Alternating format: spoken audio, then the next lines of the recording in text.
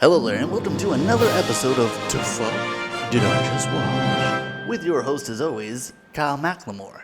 This week we'll be recapping and reviewing the latest mystery thriller, Don't Worry, Darling. And we try to decide which is more entertaining, the movie itself or all the drama behind the scenes.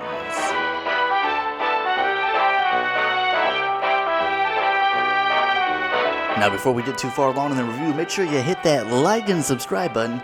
Definitely helps the show stay alive, and feel free to comment any movies or TV shows you'd like to see reviewed here at Dafuq. And we will be covering quite a lot of Don't Worry, Darling. So if you haven't seen it and would still like to, go ahead and pause now and return later, as this is your official spoiler alert. And let's start things off as always with the synopsis to the film. A 1950s housewife living with her husband in a experimental utopian community begins to worry that her husband's glamorous job may be hiding disturbing secrets. The film stars Florence Pugh, who you may recognize from her work in Midsummer, as well as more recently in the Marvel Cinematic Universe in the Black Widow movie. Also stars Harry Styles, no stranger to the Marvel Cinematic Universe, popping up in The Eternals, and you may recognize him from some of his musical work as well. The film also stars Chris Pine, who you may recognize from Star Trek and Wonder Woman, just to name a few. And Olivia Wilde pulls double duty, not only directing the film, but co-starring as well. It seems impossible to talk about Don't Worry, Darling, without talking about some of the production drama involved. Originally set to star Shia LaBeouf as the lead role, but was reportedly fired for being too aggressive and difficult to work with. That was until Shia clapped back and said, "I was never fired, I quit, and here's a video of Olivia Wilde begging me not to quit." Shia LaBeouf was eventually replaced with Harry Styles, who lately has been having a bit of drama with co-star Chris Pine. Several press interviews indicate a bit of tension between the two, and there's also that clip of Harry Styles supposedly spitting onto Chris Pine. And apparently tensions are so high that Florence Pugh has not done any press for this movie whatsoever. And now that we're up to speed on all the behind-the-scenes drama, we can discuss what's good and what's bad about the actual film. One of the big flaws of Don't Worry, Darling is that it wants to be so many things at the same time. It wants to be weird and psychological like Shutter Island and mysterious and with like a hint of horror, but then it also wants to be quirky and kind of 1950s-ish and kind of like, is this real or is this reality, with like a sprinkle of Truman Show. There's even a part where like it's literally ripped from the Truman Show where she's like listening to the radio, and it's like just like in the Truman Show where it's like you hear the guy, the radio DJ, just like, "Gee, you know what's cool? Not exploring outside the city limits. Gee, you know what's really underrated? Staying at home and shutting the fuck up about all these questions." And so because it wants to be so many different things at the same time, it never really focuses in on any of those one things. It's just scattered, trying to get everything all at the same time. And so it's basically 2 hours of confusing pacing, very clunky clues and weird disturbing images that lead to nothing, or just big plot holes that are just never answered later. Now, Don't Worry, Darling is a little bit difficult to talk about without revealing the big twist at the end, but I'll do my best to try not to spoil it too much. Don't Worry, Darling is full of all kinds of breadcrumbs and mysterious clues scattered throughout for the audience to follow until the big reveal at the end. But when we have our big twist finally revealed, it just leads to 1,000 more questions that remain unanswered. Don't Worry, Darling also has a incredibly irritating soundtrack. It's basically no music. It's just like they use like the vocal sounds of like Florence Pugh and others throughout the film to make a soundtrack, which at first is kind of cool because it's just kind of like they're using like her gasp and like her like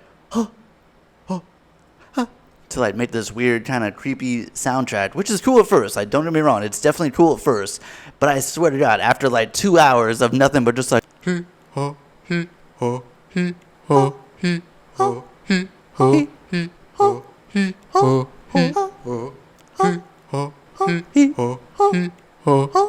like it's just like this weird vocal remix thing that just like seriously gets a little bit annoying, and like is like turns out to be not scary at all, like after 2 hours of just this weird It's just this weird, they took all these weird vocal samplings and then just remixed them into like try to make this weird, ominous, creepy thing that just doesn't play. At a certain point, it's almost comical how irritating it gets at the end. And after 2 hours of this weird, confusing, frustratingly mysterious movie, we finally reach our big twist ending, and I feel like I can sum it up perfectly by how the girl behind me in the theater reacted to the big twist ending by her shouting out at the screen, "Are you serious?" Not only is our big twist insanely disappointing, but it only adds about another 1,000 plot holes to the movie, and it only leaves us scratching our head. But what was with that? But I mean, then what was with the? But it just doesn't. What? As far as cinematography and setting, it's all very well done. The cinematography looks great throughout the film, and the setting is fantastic. It has a very Palm Springs kind of vibe, a very 1950s housing on all these houses, all the cars, all the colors. It's a very 50s, very colorful, very super bright, really great for the eyes to look at the entire time. And although it is in a desert setting, it's in a more Palm Springs desert setting where it is like kind of like an oasis within the desert. And even the desert itself was really beautiful to look at, and there are some really phenomenal shots. Another thing that cannot be denied about Don't Worry, Darling, is that some of the acting is truly phenomenal. Florence Pugh, next level, as well as Harry Styles holding his own, really great acting, but nobody comes close to Chris Pine in this movie. Chris Pine, although he's limited to maybe about 3 to 4 scenes, those 3 to 4 are unbelievable. It's just, you're locked in with only Chris Pine doing a solid 5-minute monologue, and those 3 scenes are probably the biggest highlights of the movie. He is completely hypnotic, not only because his acting is next level, but this dude is incredibly handsome. So much so that it's honestly distracting from the movie. There's parts where like you're so entranced by his amazing monologue, and then it's just like, dude, how is this guy so good looking right now? Jesus Christ. And although Olivia Wilde is doing most of her job directing behind the camera, when she is on camera, she too is also next level. The acting throughout this entire film is truly, truly phenomenal, which only makes it more frustrating that the story is so boring and confusing and just full of so many plot holes. And so let's hit Don't Worry, Darling with our overall rating. The direction of Don't Worry, Darling is so scattered and all over the place, not to mention the plot being so underwhelming and frankly boring at times.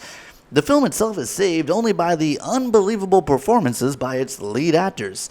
The only reason I'm not failing the hell out of this movie is because those 3 monologues by Chris Pine are so unbelievably good that he himself, in those 15 minutes that he's on screen, are elevating this movie from the lowest rating I can give it to slightly passing. So we're going to hit Don't Worry, Darling with a solid D, thanks only to Mr. Chris Pine. Otherwise, this one might just have fallen into that straight F category. Now, if you haven't already, make sure you hit that like and subscribe button. It definitely helps the show stay alive. And if you felt differently about Don't Worry, Darling, make sure you comment down below. I am your host, as always, Kyle McLemore, and we'll see you next time at the movies.